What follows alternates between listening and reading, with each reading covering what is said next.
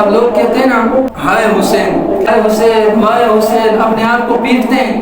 میں کہتا ہوں حسین تو وہ ہے جو اپنے جوان بچے کی لاش پہ بھی نہ رویا، وہ حسین ہے۔ حسین وہ ہے جو اپنے جوان بچے کی لاش پر بھی نہ رویا۔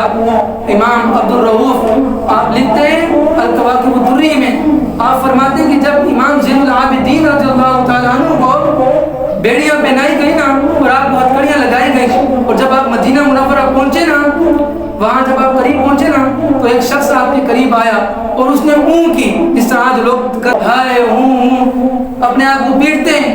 آپ سنیں امام زین العابدین کا جواب۔ امام زین العابدین کے قریب ایک شخص آیا، اس نے اون کی، اللہ امام زین العابدین نے آپ نے اس طرح اشارہ کیا نا تو بیڑیاں بھی کھل گئی، ہتھکڑیاں بھی کھل گئی، آپ نے اتار کر پھینک دی۔